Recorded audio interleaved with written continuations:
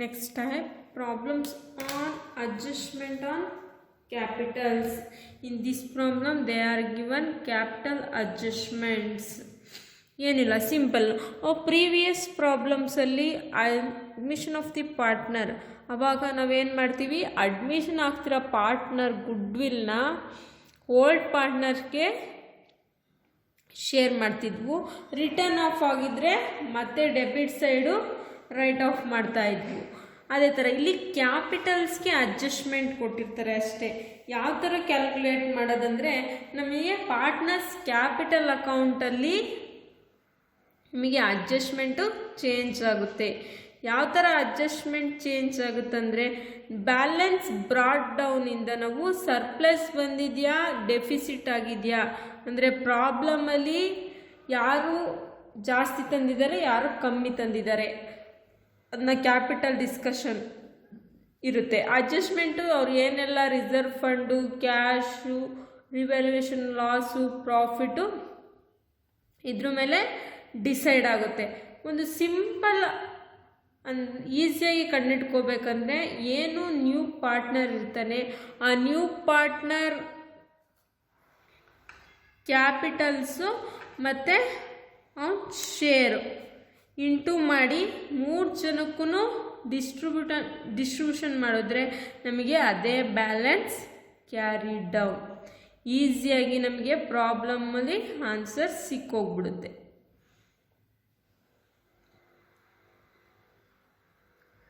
ಆಯಿತಾ? Problem solve ಮಾಡೋಣ. ಇನ್ನೆಲ್ಲನೂ ಸೇಮೇ. ನಾವು ಸ್ಟಾಕ್ ನಾವು ಅಸೆಟ್ ಅಂತ ಕನ್ಸಿಡರ್ ಮಾಡ್ತೀವಿ, ನ್ಯೂ ಬ್ಯಾಲೆನ್ಸ್ ಶೀಟಲ್ಲಿ ಹಾಕ್ತೀವಿ. ಪಿ ಡಿ ಡಿಗೆ ಏನು ಅಡ್ಜಸ್ಟ್ಮೆಂಟ್ ಕೊಟ್ಟಿದ್ದಾನೆ ಅದನ್ನು ನೋಡಿ ಕನ್ಸಿಡರ್ ಮಾಡ್ಕೊತೀವಿ. ಇಲ್ಲಿ 10% ಅಂತ ಕೊಟ್ಟಿದ್ದಾರೆ.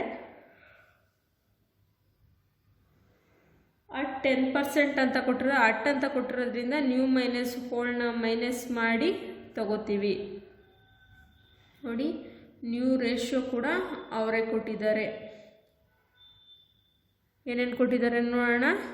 Mahendra and Surendra are equal partners in a firm. Their balance sheet as on 31st March 2017 should as follows. Balance sheet as on 31st March 2017. They are given balance sheet 31st March 2017. In liability side, creditors. ನಾವು ಕ್ರೆಡಿಟರ್ಸ್ನ ಎಲ್ಲಿ consider ಮಾಡ್ತೀವಿ? ಕ್ರೆಡಿಟರ್ಸ್ನ new balance ಶೀಟಲ್ಲಿ liability side consider ಮಾಡ್ತೀವಿ. Bank loan ಕೂಡ ನಾವು liability side consider ಮಾಡ್ತೀವಿ. Next ಕ್ಯಾಪಿಟಲ್ಸ್ನ ನಾವು ಪಾರ್ಟ್ನರ್ಸ್ ಕ್ಯಾಪಿಟಲ್ ಅಕೌಂಟಲ್ಲಿ ಕನ್ಸಿಡರ್ ಮಾಡ್ತೀವಿ. ಓಲ್ಡ್ ಪಾರ್ಟ್ನರ್ಸ್ದು ನ್ಯೂ ಪಾರ್ಟ್ನರ್ಸ್ದು ಕೂಡ ನಾವು ಕನ್ಸಿಡರ್ ಮಾಡ್ತೀವಿ.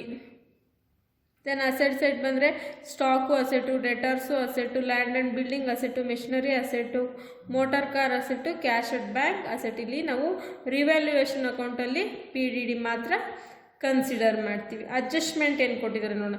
ಚಂದ್ರ ಬ್ರಿಂಗ್ಸ್ 26,000 ಆ್ಯಸ್ ಕ್ಯಾಪಿಟಲ್. ಈ brings 26,000 as A capital. Goodwill of the firm valued at 14,000. It is retained in the business.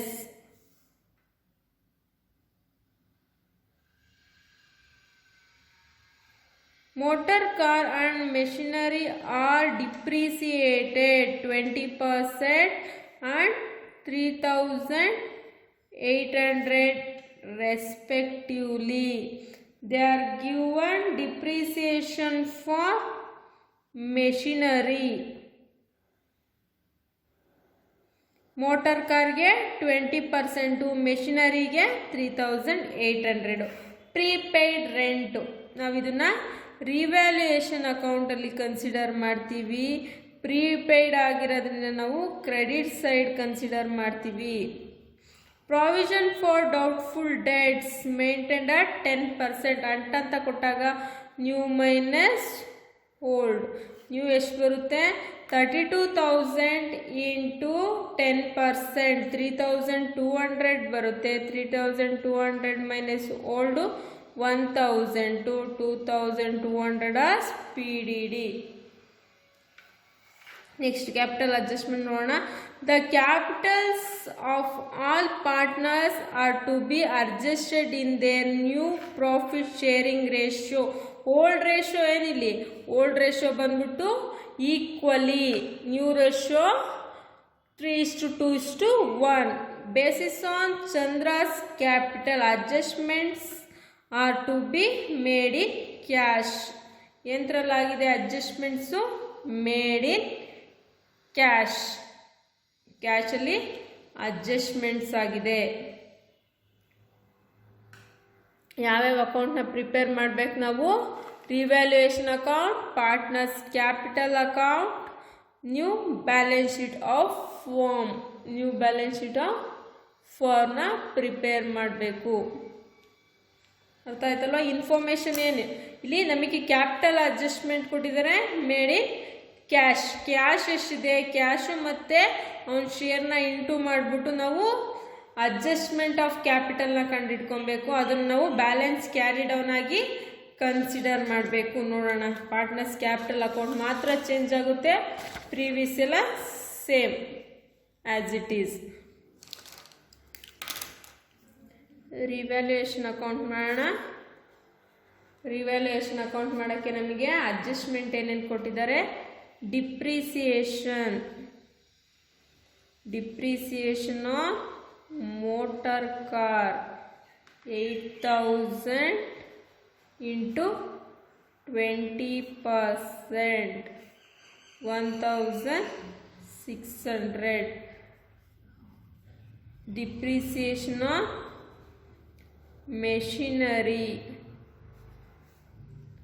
Machinery ಅವರೇ ಡೈರೆಕ್ಟಾಗಿ ಕೊಟ್ಟಿದ್ದಾರೆ 3800. PDD ಅಟ್ ಅಂತ ಕೊಟ್ಟಿದ್ದಾಗ ಏನು ಮಾಡಬೇಕು? ನಾವು ಫಸ್ಟು ಕಂಡುಹಿಡ್ಕೊಬೇಕು. 32,000 into 10%, 3200 minus old 1000, 2200. ನಮಗೆ ಕ್ರೆಡಿಟ್ ಸೈಡು ಪ್ರೀಪೇಯ್ಡ್ ರೆಂಟ್ 600. ಈ ಸೈಡ್ ಜಾಸ್ತಿ ಇದೆ. 5, 6, 7, 600. 7600 ಮೈನಸ್ 600 ಅಂದರೆ loss transfer to the partners capital account. ಲಾಸ್ನ ನಾವೆಲ್ಲಿ ಟ್ರಾನ್ಸ್ಫರ್ ಮಾಡ್ತೀವಿ? ಪಾರ್ಟ್ನರ್ಸ್ ಕ್ಯಾಪಿಟಲ್ ಅಕೌಂಟ್ಗೆ. ಪಾರ್ಟ್ನರ್ಸ್ ಯಾರ್ಯಾರಿಲ್ಲಿ? ಓಲ್ಡ್ ಪಾರ್ಟ್ನರ್ಸಿಗೆ ಮಾತ್ರ ಮಾಡೋದು. M and S. 7000 into 1/2, 1/2. 3500.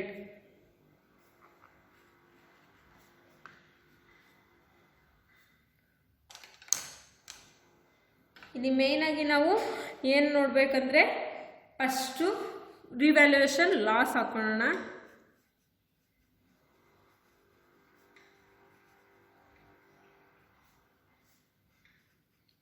Loss 3500, 3500. ನಾವು ನ್ಯೂ ಪಾರ್ಟ್ನರ್ಗೆ ಕೊಡಲ್ಲ. Balance brought down. ಎಷ್ಟು ಕ್ಯಾಪಿಟಲ್ ತಂದಿದ್ದಾರೆ? 80,000, 40,000. New partner 26,000. Goodwill 14,000 into 1:1, 7,000.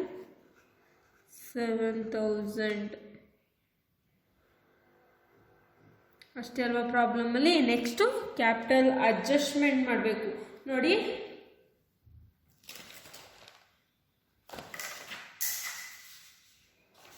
Capital adjustment ಮಾಡೋಕ್ಕೆ ಫಸ್ಟ್ ನಾವು which side is more, first ಬ್ಯಾಲೆನ್ಸ್ನ ಕ್ಯಾಲ್ಕುಲೇಟ್. ಬ್ಯಾಲೆನ್ಸ್ ಕ್ಯಾಲ್ಕುಲೇಟ್ ಮಾಡ್ಕೋಬೇಕು. ನಮಗೆ obviously credit side is more 26,000, 47,000, 87,000, 26, 47, 87.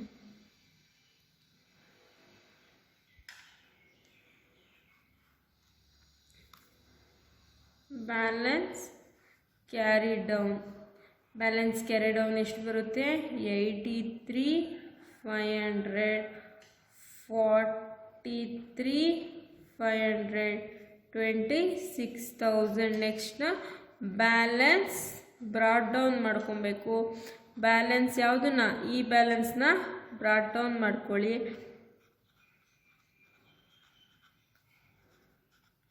ಇವಾಗ ಕ್ಯಾಪಿಟಲ್ ಅಡ್ಜಸ್ಟ್ಮೆಂಟ್ ಕಂಡುಹಿಡಿಬೇಕಲ್ವಾ? ನೋಡಿ, ವರ್ಕಿಂಗ್ ನೋಟ್, ವರ್ಕಿಂಗ್ ನೋಟ್ ಯಾರ್ಯಾರು ಪಾರ್ಟ್ನರ್ ಇರೋದು? A, B, C, sorry M, S, C. ನಮಗೆ ಸಿದು ಕ್ಯಾಪಿಟಲ್ ಎಷ್ಟು? 26,000 ಇಂಟು 6. ಅವನ ಶೇರ್ ಎಷ್ಟು? 1/6. ನಾವು ಅದಕ್ಕೆ ಇಂಟು 6 ಮಾಡ್ತೀವಿ. 1,56,000 ಬರುತ್ತೆ. 1,56,000ನ ನಾವು ನ್ಯೂ ರೇಷಿಯೋನಲ್ಲಿ ಶೇರ್ ಮಾಡಬೇಕು.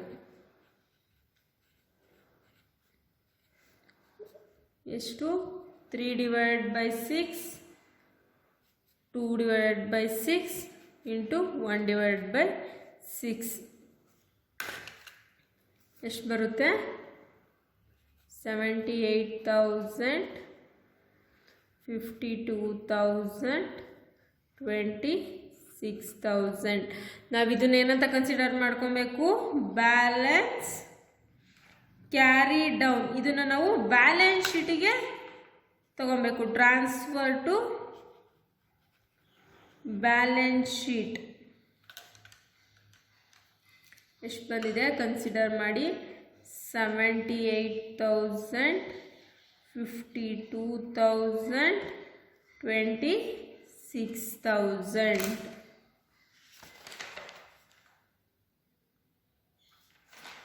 ನೋಡಿ, ಇವಾಗ ಕ್ಯಾಶ್ ಆ್ಯಂಡ್ ಬ್ಯಾಂಕಿಗೆ ನಮಗೆ ಸಿಗುತ್ತೆ. ಯಾವ್ಯಾವ ಕಡೆ ಜಾಸ್ತಿ ಇದೆ ಯಾವ್ದಾವ್ದು ನೋಡಿ. ಇದು ಕಡೆ 83,000 ಇದೆ, ಇದು 78,000 ಇದೆ. Credit side is more 70, 83,500. 52 ಜಾಸ್ತಿ ಇದೆ, 52,000, 52,000, 26,000, 26,000. ನಿಮಗೆ ಕ್ಯಾಶ್ ಅಡ್ಜಸ್ಟ್ಮೆಂಟ್ ಸಿಕ್ಕಿದೆ ನೋಡಿ. ಕ್ಯಾಶ್ ಅಡ್ಜಸ್ಟ್ಮೆಂಟ್ನ cash or bank 8,500. Cash or bank 5,500.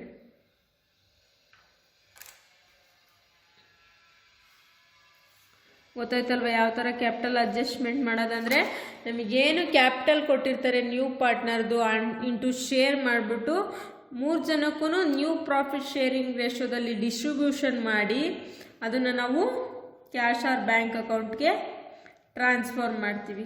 Cash or bank account ಮತ್ತು ಇಲ್ಲಿ ಬಂದಿರೋ ಬ್ಯಾಲೆನ್ಸ್ ಕ್ಯಾರಿ ಡೌನ್ನ ನಾವು ನ್ಯೂ ಬ್ಯಾಲೆನ್ಸ್ ಶೀಟ್ಗೆ ಕನ್ಸಿಡರ್ ಮಾಡ್ತೀವಿ. ಅರ್ಥ ಆಯ್ತಲ್ವಾ ಯಾವ ಥರ ಮಾಡೋದಂತ? ಇವಾಗ ನಾವು balance sheet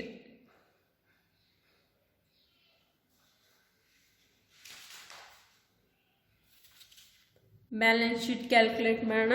balance sheet as on 31st March 2017.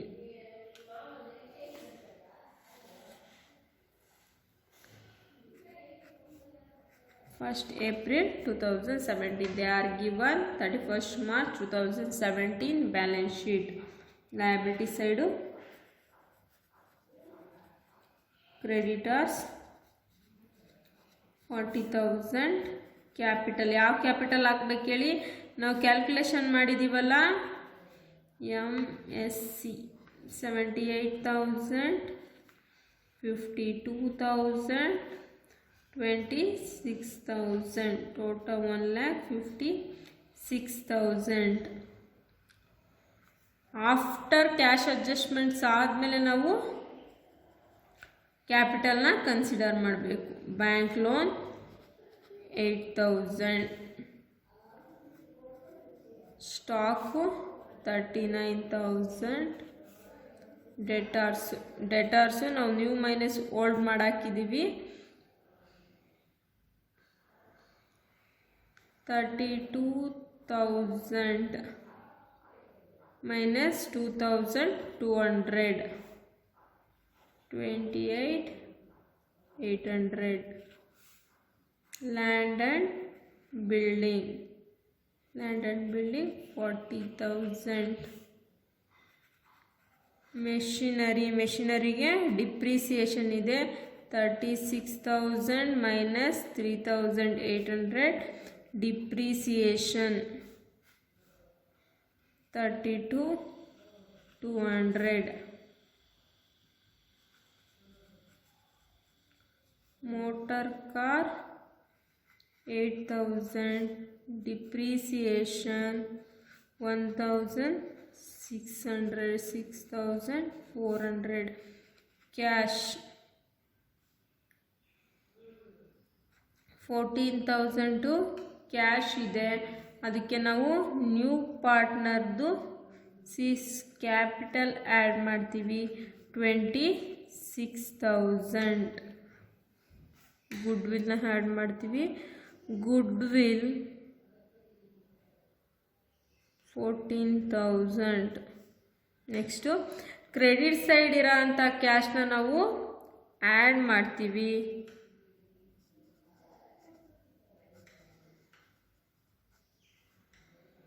8,500. Debit side ಇರೋ ಅಂಥ ಕ್ಯಾಶ್ನ ಮೈನಸ್ ಮಾಡ್ತೀವಿ, 5,500. ಇದು ಕ್ರೆಡಿಟ್ ಸೈಡ್, ಇದು debit side amount. Total 57,000.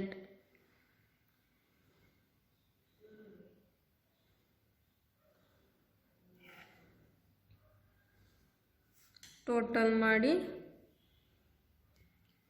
Prepaid rent ಹಾಕ್ಬೇಕು ನಾವು. ಪ್ರೀಪೇಯ್ಡ್ ರೆಂಟ್ ಎಷ್ಟೇ? Prepaid rent 600. ಟೋಟಲ್ ಮಾಡಿ 1,56,000 ಪ್ಲಸ್ 8,000 ಪ್ಲಸ್ 4,000, 2,04,000. 30, 50, 90, 1,20, 1,70, 1,90, 2,04,000. ನೋಡಿ, ಎರಡು ಕಡೆನೂ ಸೇಮ್ ಬ್ಯಾಲೆನ್ಸ್ ಬಂದಿದೆ. ಬ್ಯಾಲೆನ್ಸ್ ಶೀಟ್ ಟ್ಯಾಲಿ ಆಗಿದೆ. ಬ್ಯಾಲೆನ್ಸ್ ಶೀಟ್ ಟ್ಯಾಲಿ ಆದರೆ ನಮಗೆ ಪ್ರಾಬ್ಲಮ್ಮು ಕರೆಕ್ಟ್ ಅಂತ ಅರ್ಥ ಆಯ್ತಲ್ವಾ? ಸೇಮ್ ಅವ್ರು ಕೊಟ್ಟಿರೋಂಥ ಕ್ಯಾಶ್ಗೆ ನಾವು ಅಡ್ಜಸ್ಟ್ಮೆಂಟ್ ಮಾಡಿ ಆ cash into shares into divided by new profit sharing ratio. New profit sharing ರೇಷಿಯೋದಲ್ಲಿ ಇಂಟು ಮಾಡಿದ್ರೆ ನಮಗೆ ಬರ್ತಕ್ಕಂಥ ಆನ್ಸರ್ನ ನಾವು ಬ್ಯಾಲೆನ್ಸ್ ಕ್ಯಾರಿ ಡೌನ್ ಅಂತ ಕನ್ಸಿಡರ್ ಮಾಡ್ತೀವಿ.